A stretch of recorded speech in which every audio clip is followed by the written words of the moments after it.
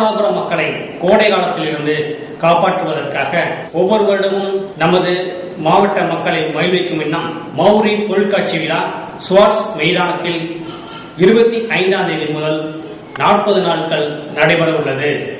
இதில் உலக அதிசயங்களான 7 அதிசயங்கள், மணல் சிற்பங்கள், ராட்சச ராட்டினங்கள், மேலும் ஐஸ்கிரீம்கள் நடைபெற உள்ளன. ராமநாதபுரம் மாவட்ட மக்களுக்கு வணக்கம். மௌரி கார்ப்பரேஷன் நடத்தும் மிக பிரம்மாண்டமான 7 அதிசய பொருட்காட்சி, செயின்ட் வீட் ராட்டினம், பஞ்சு மிட்டாய், டெல்லி அப்பளம்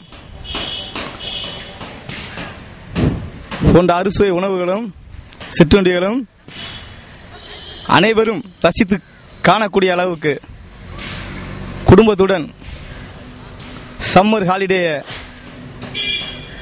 கொண்டாடுவதற்கு உங்களுக்காகவே மௌரி கார்ப்பரேஷன் சார்பாக ஸ்வாட்ஸ் ஸ்கூல் மைதானம் வருகிற 24/4/2013 அன்று அனைவரும் குடும்பத்துடன் வந்து குழந்தைகளுடனும் குதூகலிக்க வேண்டும் என்று மகிழ்ச்சியுடன் தெரிவித்துக் கொள்கிறோம்.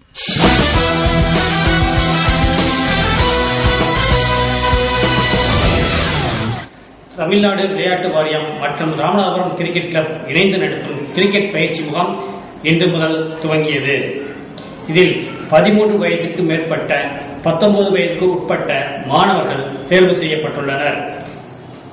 இதில் 100க்கும் மேற்பட்ட மாணவர்கள் கலந்து கொண்டனர். இதிலிருந்து 36 மாணவர்களை தேர்வு செய்து கிரிக்கெட் பயிற்றுவிக்கப்படுகிறது. இது குறித்து இந்த பயிற்சி முகாமில் கிரிக்கெட் குறித்த பல நுணுக்கங்கள் கற்றுத்தரப்படுவதாக விளையாட்டு பயிற்றுனர் தெரிவித்தார். 14 வயதுக்கு உட்பட்டோருக்கான கிரிக்கெட் போட்டியில் ராமநாதபுரம் மாவட்ட அணி 2வது இடத்தை பெற்று மிகப்பெரிய சாதனையை படைத்துள்ளது. இங்கு ராமநாதபுரம் மாவட்ட இதுக்கான ஏற்பாடுகளை ராமநாதபுரம் மாவட்ட கிரிக்கெட் சங்க செயலாளர் திரு மாரீஸ்வரன், இணை செயலாளர் சத்யேந்திரன் மற்றும் இசி மெம்பர்ஸ், வைஸ் பிரசிடென்ட்ஸ், எங்களுடைய நிர்வாகிகள் மற்றும் அணி செயலாளர்கள், அணி உறுப்பினர்கள் அனைவரும் இதற்கு சிறப்பாக ஒத்துழைப்பை தந்து கொண்டிருக்கிறார்கள் என்று மாவட்ட கிரிக்கெட் சங்கத்தின் சார்பாக இதை நான் தெரிவித்துக் கொள்கிறேன்.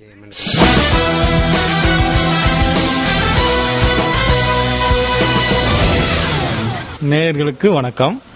நான் சுகம் வைத்தியசாலை டாக்டர் காளிமுத்து பேசுகிறேன். இந்த வாரம் நம்ம சர்க்கரை நோயை பற்றி பேசுகிறோம். சர்க்கரை நோய் ரொம்ப பயப்பட வேண்டிய வியாதி இல்லை.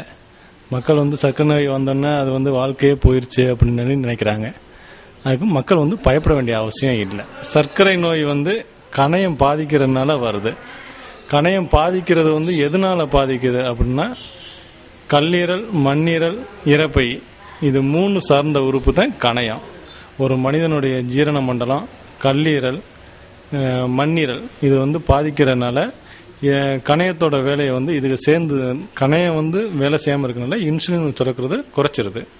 இதுக்கு காரணம் என்னன்னா, மற்ற மருந்துகள்லாம் கணையத்தை செயல்பட விடாமல் இன்சுலின் போடுறதாகவும் மாத்திரை போடுறதாகவும் கொடுத்துக்கிட்டு இருக்காங்க. அதனால கணையம் வேலை செய்யறதில்ல. எங்கள் ஆயுர்வேத மருத்துவத்தில் எப்படி பண்ணுறோன்னா, கணையம் வேலை செய்யாமல் இருக்கிறதுக்கு என்ன காரணம்? ஒருத்தருக்கு அதிகமான ஸ்ட்ரெஸ் இருக்கும், அதனால ஜீரண மண்டலம் ப்ராப்ளம் வரும்.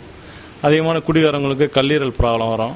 இயற்கையாகவே மனிதனுடைய உடம்புல ஹீட் அதிகமாக இருந்தால் மண்ணீரல் ப்ராப்ளம் வரும். இப்படி 3 வகையான உறுப்புகளையும் எது ரிப்பேர் ஆகிருக்கோ, எது செயல் இழந்திருக்கோ அதை செயல்படுத்தினா கணையத்துக்கு தேவையான எனர்ஜி கிடைச்சிரும்.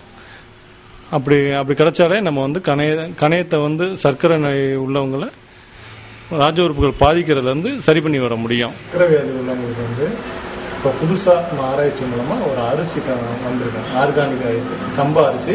நம்ம பழைய காலத்தில் சாப்பிட்ட அரிசி இப்போ உரம் போடாமல் எங்கள்கிட்ட வந்திருக்கு. அது சர்க்கரை வியாதிக்காரவங்க 3 நேரமும் சாப்பிடணும், கோதுமையே சாப்பிடணுங்கிற அவசியம் இல்லை. இதனால சுகரையும் கண்ட்ரோல் பண்ண முடியும். சர்க்கரை வியாதி தொடர்ந்து சாப்பிடலாம். இது எங்கள் வைத்தியசாலையில் கிடைக்கும். அதை வாங்கி மக்கள்லாம் பயன்படுமாறு கேட்டுக்கொள்கிறேன்.